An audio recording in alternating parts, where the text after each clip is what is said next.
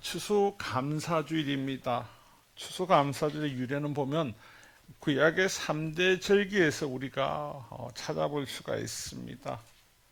이 3대 절기를 통해서 하나님이 그들에게 요구하신 것은 이집트에서 노예됐던 그들이 이제 하나님의 은혜 가운데 하나님이 주신 가나안 땅에 들어갑니다. 아무것도 없고 목축만 하던 그에게 이제 농경사회를 주시면서 하나님께서 이 3대 절기를 기억하라는 것은 하나님이 함께 하신 은혜를 잊지 말아라는 겁니다. 첫 번째 무교절을 보면요, 신년 첫 수확인 보리를 하나님 앞에 드림으로 이 보리에 추수할 수 있게 이른 비 늦은 비 주신 분이 하나님인 것을 기억하라고 하시고, 우리가 알고 있는 매추주는 보리 수확 후 밀을 수확하는 계절입니다. 그래서 그 거둔 수확을 가지고 하나님 앞에 나와서 하나님의 은혜를 또 기억하고, 마지막 수장절은 포도와 올리브를 수확합니다. 그래서 처음부터 끝까지 수확의 시기마다 하나님께서 간섭하시고 이들에게 풍성한 농경의 물건을 주시는 것을 깨닫게 하시는 겁니다. 사랑하는 성도 여러분, 늘 이들은 이집트에서 노예 생활할 때는 아무리 열심히 일을 하고 해도 자신의 것이 없습니다. 그래서 하나님께서 그들에게 주신 땅에서 이제 자신의 것이 되고, 그리고 늘 오늘 우리가 살아가면서 많은 청년들이 어디서 월급을 많이 준다, 어디서 뭘 준다면 기억을 하는데 하나님을 기억을 하지 못합니다. 사람이 주는 것은 한계가 있고 때가 있습니다. 하나님 주신 것은 영원합니다. 죄의 노예에서 벗어나서 의의 종으로 아닌 하나님 자녀로 살아가면서 하나님을 잊지 않기를 부탁드리겠습니다.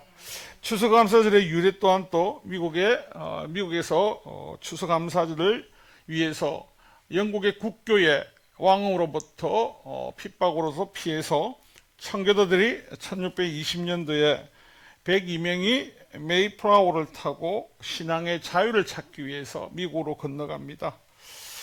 가던 중에 그들은 배고픔과 추위 가운데 44명이 죽게 되고 또 새로운 아이들도 태어나게 됩니다.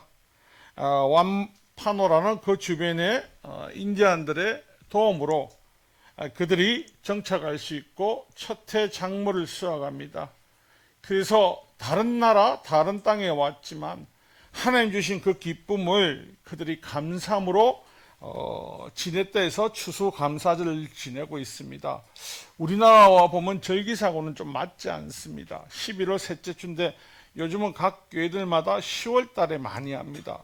왜냐하면 11월 셋째 주보다는 추수감사가 10월 달에 훨씬 많기 때문에 이 추수감사절을 통해서 하나님 우리에게 알려주시고 하는 것은요, 하나님에 대한 항상 감사함을 이웃에 대한 나눔으로 감사를 흘러보내라는 겁니다. 감사절기가 되면 이웃도 초청하고 함께 식사하는 것들이 보통 청교도들의 전통이었습니다. 식구가 뭡니까? 밥을 함께 먹는 사람들을 식구라고 합니다.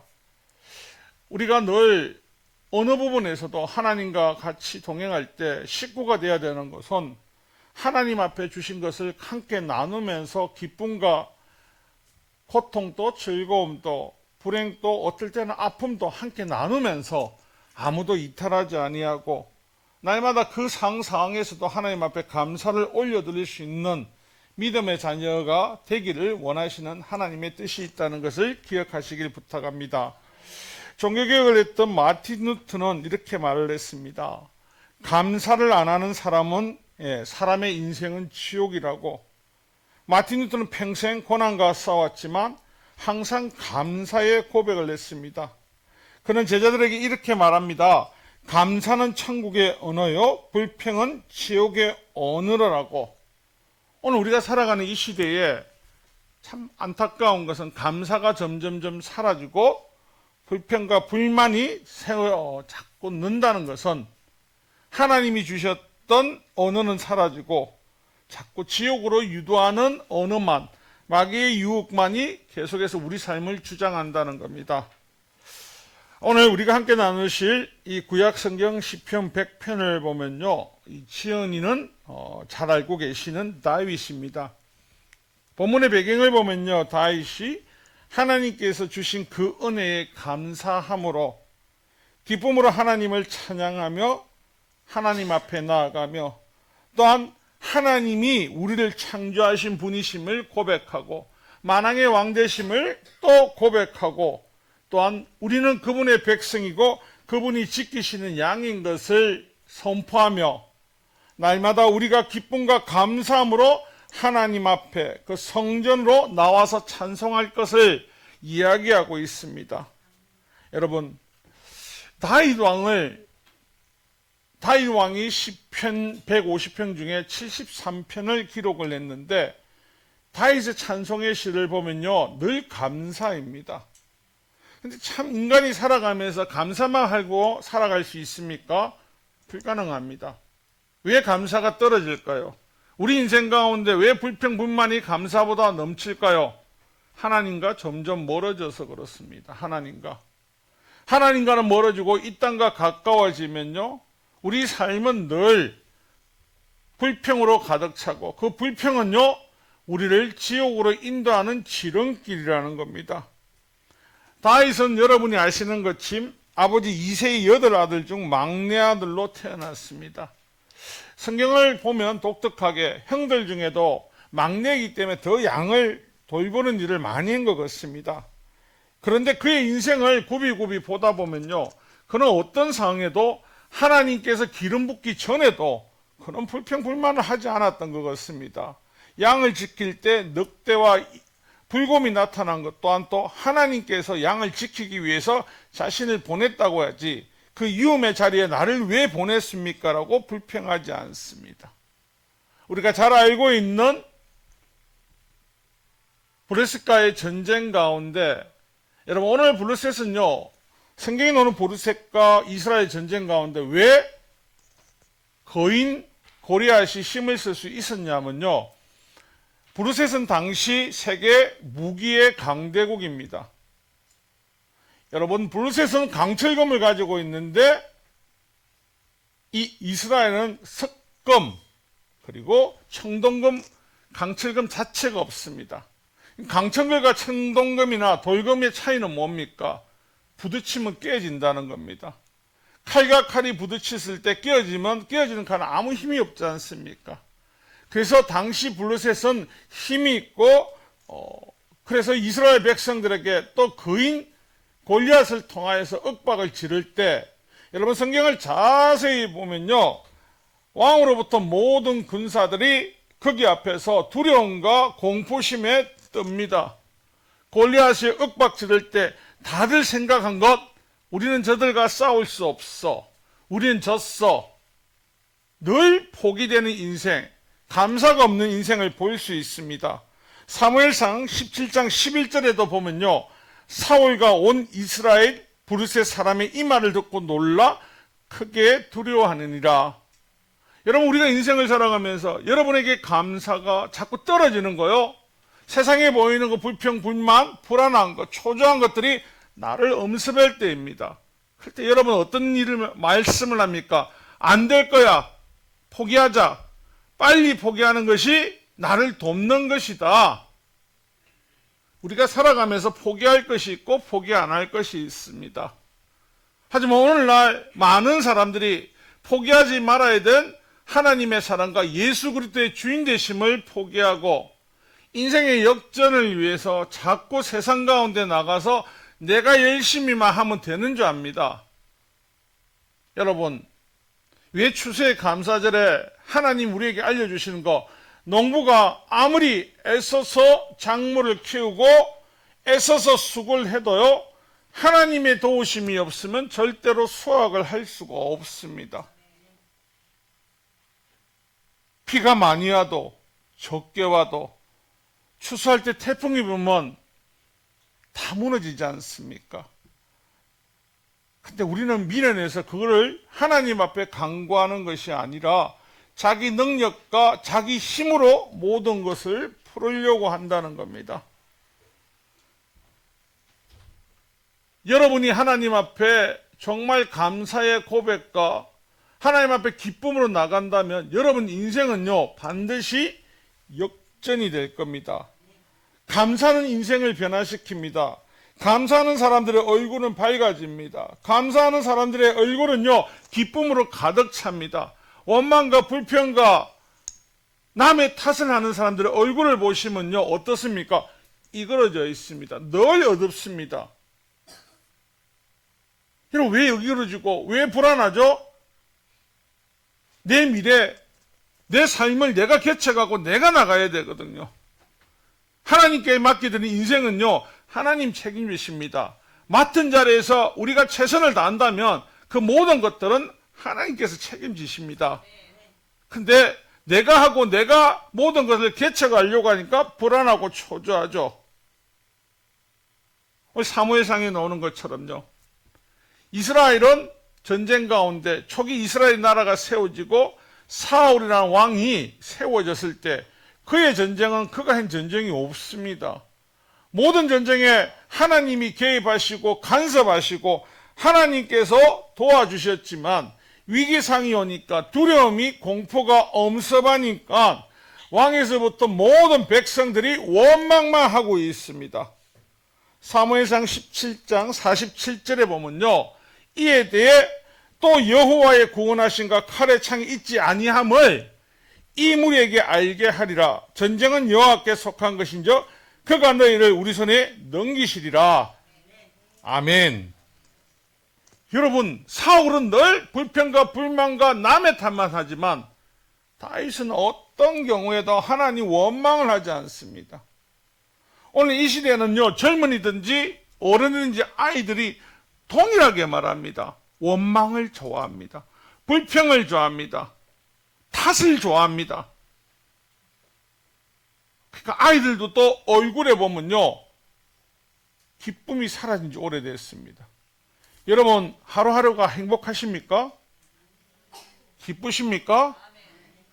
물어볼 때만 아멘 하지 마시고 문 밖에만 나가면 다 이거러지 가지고 내가 어떡하지? 인생을 여러분 영원한 구원을 믿으십니까? 미래가 확신하네요? 근데 뭘 걱정하십니까? 보편적으로 예수님이 없는 사람들이 걱정하는 미래에 대한 확신이 없기 때문에 그 미래에 대한 두려움이 날마다 찾아오지 않습니까? 아이 때는 행복하다가 나이가 점점 들어갈 때 가장 두려운 건 뭐죠? 죽음이지 않습니까? 1년 누구든지 죽음은 피해갈 수 없습니다. 예수님의 자녀들에게 죽음은 없다라고 성경에 있죠. 우리의 죽음은요 그냥 잠자는 거라니까요.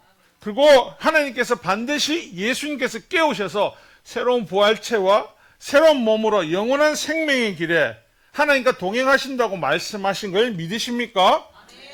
왜 걱정하십니까? 이렇게 말하면 목사는 걱정 안 하는 거죠. 합니다. 왜 할까요? 믿음이 부족해서. 다윗의 삶은요 늘 하나님 앞에 붙어 있습니다. 근데 오늘 우리의 삶은요 같은 이스라엘 백성이라도 처음에 하나님께서 아무 필부 아무것도 할 수 없는 사울을 왕으로 세웠지만 왕이 되고 나니까 어떻게 해요? 지킬 게 많아졌죠. 탐심이 나를 자극하니까요 그때부터 두려움과 공포와 모든 것이 신경이 쓰입니다. 사울이 언제 무너지냐? 여러분 우리가 왜 불평하고 불만하고 분노하면 안 되는 줄 아십니까?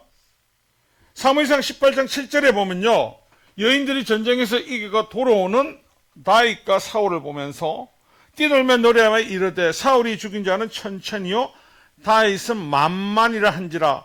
사울이 그 말에 불쾌하여 심히 노하여 이르되 다윗에게는 만만을 돌리고 내게는 천천만 돌리니 그가 더 얻을 것이 나라 말고 무엇이냐 하고 10절에 보면요 그 이튿날 하나님께서 부르시는 악령이 사울에게 힘있게 내림에. 여러분 우리가 불평 원망 기쁨이 사라지면 우리 안에 악한 생각이 가장 먼저 찾아옵니다. 하나님을 믿고 예수님과 동행하는 저와 여러분이지만 어떻습니까? 내가 안 되고 남이 잘 되면 축복하십니까? 아니면요, 하나님 앞에 원망하십니까? 여러분은 나보다 남이 잘 되는 걸 축복하십니까? 아니면 하나님 앞에 나는 왜 안 됩니까? 하고 불평하십니까? 축복하는 사람 세 사람, 대답 안 하는 모든 사람은 불평하는 사람. 목사도 똑같겠죠. 이게 우리도 모르게 사단의 미혹에 빠져 들어가는 겁니다. 하나님께서는 각자의 포지션에 맞춰서 사람을 사용하신다고 하셨죠. 그런데 우리는 생각할 때 그 늘 상위에 내가 사용받길 원합니다. 하나님 나라에 가는데 맨 상위는 가고 맨 밑에는 못 가고, 예전에 봉사분들이 오시면 그랬죠. 천국에 무슨 모자 쓰고 간다고요? 개털이라는 말을 했거든요. 성경이 없는 말입니다. 열심히 하나님을 안 섬겨서 개털고 개오드 간다고요? 그런 말은 성경에 없습니다. 그건 뭐냐면요, 잘못되면 성도들을요 어떻게 해요? 경합시키는 거죠. 하나님은 있는 위치에서 그들의 능력만큼 열심히 일하기를 원하시는 것이지 남들과 경쟁하라는 게 아닙니다. 우리가 경쟁해야 되는 건 다른 것이 아니고 여러분의 신앙이 하나님 앞에 더 돈독하게 세워지는 것을 같이 상승 효과를 위해서 노력하는 것이지, 그 위에 다른 거는 여러분 경쟁하지 마십시오. 경쟁하다 보면요 내 마음속에 우울감이 오고요, 경쟁하다 보면요 내 안에 불안함이 오고, 경쟁하다 보면요 내 안에 불평이 계속해서 들어옵니다. 이 시편의 다윗의 가장 큰 장점이 뭡니까?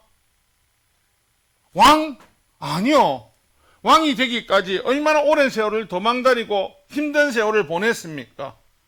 그런데 어느 한 줄이라도 그가 하나님 내게 왜 이러십니까? 기름 부으셨지 않습니까? 그럼 내 왕 딱 돼야죠. 그런데 하나님의 기름 부으심 이후에 다윗의 인생은 어떻게 되었습니까? 고난의 연속이고 역경의 연속이고 도망자의 인생에 계속해서 끊임없는 그 인생을 살았습니다. 여러분, 지금 우리는 강자를 걸어가고 있습니다. 지금 역경을 당하시는 분 계십니까? 고통 가운데 계신 분 계십니까? 고난 가운데 계신 분 계십니까? 아무도 고난이 없습니까? 와, 일로. 내만 있는 거가, 내만. 성경이 기록했던 이유는 뭐냐면요, 여러분 고난의 길을 걸어가고 있다면 이제 끝날 때 다 돼간다. 근데 아직 아무도 나는 고난 길이 없던데 할렐루야 하나님 축복하셔서 나는 고난 없어요. 아직 그 길 안 들어간 겁니다. 누구든지 다 들어갑니다. 아무도 피해갈 수 없습니다. 그 길이 언제 열릴지는 모르지만 항상 깨어서 준비하라는 것은요, 그 길을 건너갈 때 낙심하지 말고 불평하지 말고 속지 말라고요. 그 길에도 하나님이 늘 함께하고 계시다는 걸 이야기하고 계시는 겁니다. 다윗을 보면서 사도행전 13장 22절에 보면요, 하나님께서는 사울을 물리치고 다윗을 그의 왕으로 삼으셨습니다. 쉬운 성경에 나옵니다. 하나님께서 다윗에 대해 내가 이새의 아들 다윗을 보니 그는 내 마음에 드는 사람이다. 아멘이십니까? 여러분, 구약 성경에서요, 왕 중에 다윗 말고는 하나님이 내 마음에 합한 자라고 하시는 사람이 한 명도 없습니다. 왜요? 다윗은 고난을 받고 고통을 받고 가장 힘든 거, 자식에게 배신을 당하고 자식이 나라를 자기를 물리뜨리고 그 나라를 갈취하려고 반역을 일으킨 그때에도요, 하나님 앞에 원망을 하지 않습니다. 그때도 뭐랍니까? 내가 죄를 지었습니다. 하나님, 내가 부족합니다. 하나님이 어째 기뻐 안 하시겠습니까? 감사가 사라지니까 제 마음속에요, 불평이 자꾸 올라오더라고요. 하나님, 왜 하필이면 이 반송의 죄를 있게 하십니까? 좋은 서울에 자리가 났고 미국도 났고 물 좋고 산 좋고 강 좋은, 바람 좋은 캐나다도 있는데 왜 하필이면 이쪽입니까? 제가 되게 불평불만을 많이 했습니다. 왜요? 보기 좋은 게 좋잖아요. 모든 목회자의 꿈이 뭘까요? 나는 특별할 거야. 그래서 나는 큰 교회를 할 거야. 그래서 모든 사람들에게 존경을 받을 거야. 착각입니다. 사울에게 악령이 들어가듯이요. 목회자가 그 순간 하나님이 쓰시는 곳에 하나님이 가라는 곳에 있기만 하면 됩니다. 그러면 모든 일을 하나님께서 도우십니다. 그런데 내가 잘났다고 내가 원하는 걸 하기 위해서 쫓아가면 말년이 아름답지 않고 중간에 모든 것들이 무너지더라고요. 저와 여러분 함께 하니까 행복하지 않습니까? 봐라 또 아멘 안 하지. 불행하십니까? 불행하십니까? 행복하십니까? 목소리가 좀 오늘 밥을 안 주셨나? 와 목소리가 좀 너. 저는 여러분과 함께 한다는 게 너무 행복합니다. 거짓말 아니고 춤도 발랐습니다. 여러분 우리에게 하나님께서 다윗의 말 중에 저는 시편 23편 중에도요 4절을 가장 좋아합니다. 여호와는 나의 목자시니 푸른 천 이게 아니고 1절에 저는 4절을 좋아하는 이유가요. 다윗의 고백을 들어보면 내가 사망의 음침한 골짜기로 다닐지라도 해를 두려워하지 않는 것은 주께서 나와 함께 하심이라. 주의 지팡이와 막대기가 나를 안위하시나이다. 이 말씀을 보면 여러분 기억하셔야 되는 게 사망의 골짜기라는 거 해는 하늘에 떠 있는 해를 말하는 거 아닙니다. 골목 쪽에 잠복하고 있는 군사들이 불화살을 아무리 쏠지라도 주께서 가라면 나는 갑니다. 주께서 나를 어떤 상황에 보내셔도 보호하시고 지켜주실 걸 믿기 때문입니다. 만약에 저에게 이런 길을 가라고 하면 저는 어떻게 말을 할까요? 하나님, 첩보대를 보내서 좌우가 안전한지 확실하게 단단한지 그때 가겠습니다. 그 전에 가면 하나님 제가 사역을 하는데 죽으면 안 되지 않습니까?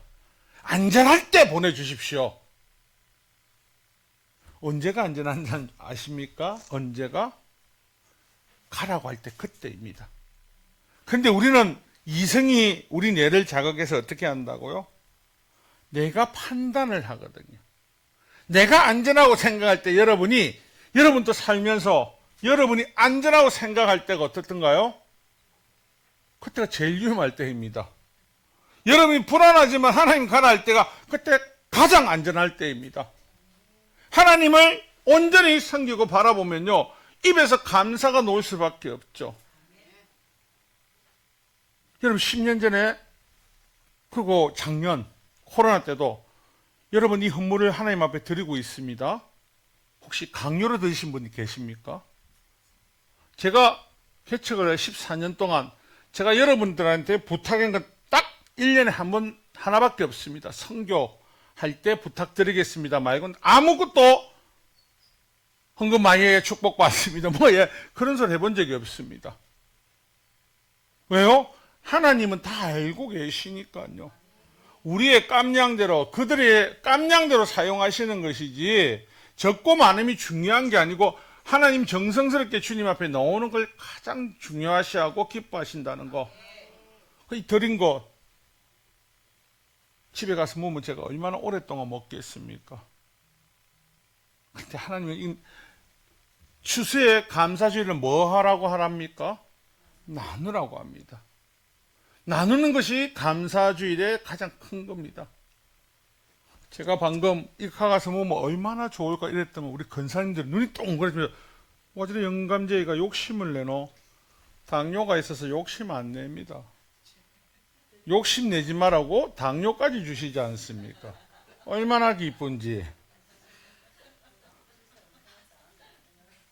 전 저희 교회에서 자랑할 게 많습니다. 저보다 약을 많이 먹는 사람은 한 명, 저희 라이벌은 우리 박선옥 권사님 정도 말고는 나의 라이벌이 없습니다. 약을 너무 많이 먹다 보니까 저는 미라가 내가 썩지도 않을 겁니다. 방부제가 너무 많이 들어가 있기 때문에. 자, 불평의 여인에서 감사의 사람으로 변화된 메리 쿠스테라는 여인이 있습니다. 이 메리 쿠스테라는 어릴 때부터 불평이 습관처럼 몸에 밴 사람이었습니다. 남편에 대한 불평, 직장에 대한 불평, 경제상에 대한 불평을 입버릇처럼 왜 나만 이렇게 힘들까라고 말을 했습니다. 어느 날 교회에서 하루에 단 한 가지라도 감사 제목을 절언한 건면을 듣고 마음 반 억지 반으로 작은 노트를 꺼내기 시작했습니다. 처음 며칠 동안요, 감사할 것이 전혀 떠오르지 않았습니다. 그래도 억지로 오늘은 아픈 데가 없어서 감사합니다. 밥을 먹을 수 있어 감사합니다. 같은 소박한 감사를 적기 시작했습니다. 그러고 나서 30일이 지나자 놀라운 변화가 일어나기 시작하는데 메리는 그동안 보이지 않던 수많은 은혜가 보이기 시작합니다. 남편이 자신을 위해 조용히 일터에서 애쓰는 모습, 자녀들을 보여주는 사소한 배려, 그리고 자신이 불평만 하던 직장이 사실은 많은 안정과 배움을 주고 있다는 사실을 깨닫게 됩니다. 그리고 감사노트 상교에 되는 어느 날 남편이 말했습니다. 요즘 당신이 달라졌어요. 집안 분위기도 달라졌어요. 덩달아 나도 행복해요. 그래서 메리가 나중에 이렇게 고백합니다. 감사가 상황을 바꾼 것이 아니라 내가 상황을 보는 눈을 바꾸었습니다. 라고 고백을 합니다. 그때부터 인생 자체가 변화된답니다. 예수님을 믿고 예수님께서 우리에게 주신 그 영생의 선물은 언데간데 없고 우리는 늘 불평과 불만이 이 시대가 가지고 있는 풍조를 우리 몸에 자꾸 열려고 합니다. 여러분 하루 한 가지에 감사함이 가지고 계십니까? 우리 아이들도 감사라면 딱 두 개밖에 없을 겁니다. 게임을 마음대로 해줄 때 감사. 그죠? 용돈을 많이 주면 감사. 나머지는요, 다 불평불만입니다. 왜 그렇게 됐을까요? 이 시대가 우리 자녀들, 그리고 청년들을 그렇게 만들어가고 있습니다. 돈을 많이 벌어야 성공한다고요? 그런 거 없습니다. 건강해야 하나님 복이라고? 아니요. 건강하지 않아도, 건강해도 돈이 없어도, 많이 벌지 못해도 하나님하고 함께 동행한다면요, 늘 행복하고 감사합니다. 하지만 이 세상을 자꾸 바라보면 나는 자꾸 연약하게 보이고 내가 가진 것들은 다 부끄럽게 보입니다. 하나님께서 가부의 두 랩돈을 사랑하시고 하나님께서 우리에게 주신 하나님의 그 약속을 믿지 못하기 때문에 우리 늘 불안과 초조에 삽니다. 신약 성경에 우리가 알고 있는 바울 사도가 예수님 만나기 전에 어떤 사람이 있는가를 여러분 묵묵하게 묵상을 해봤습니까? 그의 삶은요, 눈이 아마 이렇게 찢어지고요, 늘 얼굴이 날카로웠을 겁니다. 왜요? 성공주의에 물들어 있었거든요. 그것을 해야만이 천국을 간다는 착각에 빠져 있었거든요. 제정신이 아니라면요, 남의 나라까지 가서 그리스도인들의 죄가 뭡니까? 예수님을 믿는다는 그 이유만으로 그렇게 핍박하고 사람을 죽이겠습니까? 하지 않죠. 바울이 바리새파 중에 특급 바리새파지고 가말리엘 산하에서 공부를 배웠다지만 기쁨이 없는 것을 볼 수 있습니다. 더 높은 것을 여러분 향해서 올라가면요, 그 더 높은 곳에 정점에 다다랐을 때 남은 건 뭐가 남아 있습니까? 떨어질 것만 있습니다. 그래서 추락하는 것은 날개가 없다는 것. 그래서 공허함이 계속 주지만요, 하나님과 동행하는 사람은요, 하나님 주신 기쁨이 있기 때문에 높고 낮은 아무런 문제가 되지 않고 내가 지금 이 시간에 주님과 동행하기 때문에 행복하고 주님 주신 은혜가 차기 때문에 그 감사를 지속해서 다른 사람에게 흘려보낼 수 있다는 겁니다. 바울이 예수님을 만나고 나서 첫 번째 일이 뭡니까? 인간적으로 보면요, 많은 사람이 돌았다 할 정도입니다. 왜요? 어제까지, 불과 며칠 전까지 예수 믿는 사람을 그렇게 죽이려고 눈이 부릅부릅 떴던 그 바울이 예수님을 만나고 나니까 인생의 목표, 인생의 역전이 나타나기 시작합니다. 아, 내가 만난 예수님은 내가 알고 있던 상식에, 유대인들이 알고 있는 상식과는 틀렸구나. 아무 조건 없이 나를 사랑하시고 아무 조건 없이 나를 자녀로 삼아주시고 아무런 것도 하지 못해도 나를 절대 버리시지 아니하시구나. 전투적으로 살면 사람은 고단합니다. 힘이 듭니다. 하나님과 동행하고 하나님 품에 있으면요, 마지막을 비전을 하나님께서 주셨기 때문에 답답함으로부터 해결할 수 있습니다. 그래서 바울의 고백을 보면 여러분 너무나 잘 알고 있는 고린도후서 11장 25절에 세 번의 태장을 맞고 돌로도 두드려 맞고 파선당하고 깊은 바다에 있었는데 그거를 내가 부득불 자랑하진데 내가 약한 것을 자랑한다고 이야기를 하거든요. 여러분이 생각할 때 이 정상적인 사람입니까? 제가 늘 표현하죠. 이런 사람 어떤 사람요? 또라이죠. 왜 또라이냐고. 두드려 맞고 배가 파손돼서 뭔 말 해야 됩니까? 왜 나에게만 이런 일이 나고 왜 내가 꼭 맞아야 됩니까? 내가 왜 이 고통을 당해야 됩니까? 여러분 예수님과의 그 밀착이 되면요. 이것 또한 또 하나님 해결하시겠죠. 왜? 여러분 아는 옥살이 중에도 바울이 뭘 하고 있던 거 찬송 부르고 있지 않습니까? 여러분 옥살이한테 찬송을 부르는데 지하 깊은데 냄새나고 습한 데서 부르고 있다? 제정신입니까? 아닙니까?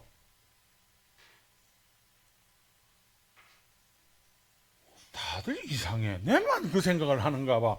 여러분은 믿음이 좋은 성도들, 목사는 믿음이 없는 목사. 나는 그거 가는 못한다니까. 나는 못해요. 나한테만 왜 이러세요? 많은 목회자들이 어떤 세미나를 가서 요구하는 게 딱 하나 있습니다.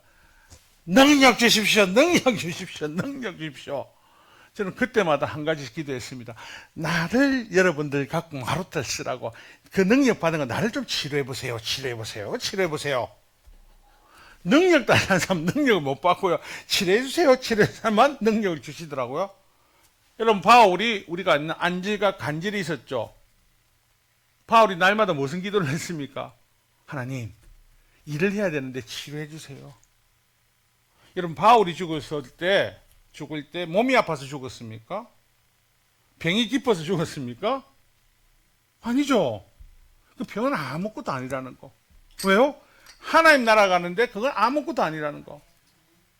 우리가 기쁨을 잊어버리는 것은요. 여러분 마음속에 예수가 없기 때문입니다. 예수로 붙들고 살면요. 내 인생 하나님 책임지실 건데 이 밤에 내가 꼴까닥해도 하나님 나를 천국에 데려가실 건데 저는 예전에 그런 말 했죠. 어른들이 와서 이 밤에 내 천국 갔으면 좋겠다 하면 내가 되게 씹었습니다. 왜요? 그건 내 의지지 않습니까? 하나님이 데리고 가는 게 아니고 내가 가고 싶다는 건 일을 마치지 않은 상태입니다. 그럼 오늘 하루가 행복하십니까? 감사하십니까? 감사가 넘치길 부탁합니다. 여러분 옆에 보는 사람들에게 여러분의 감사가 흘러 넘치고 여러분의 기쁨이 흘러 넘치고요. 예수 믿는 사람들이 밖에 나가서 늘 행복해야 됩니다. 주일 아침 되면 하지 마시고 일하지 마시고 어떻게 해요? 빵긋빵긋.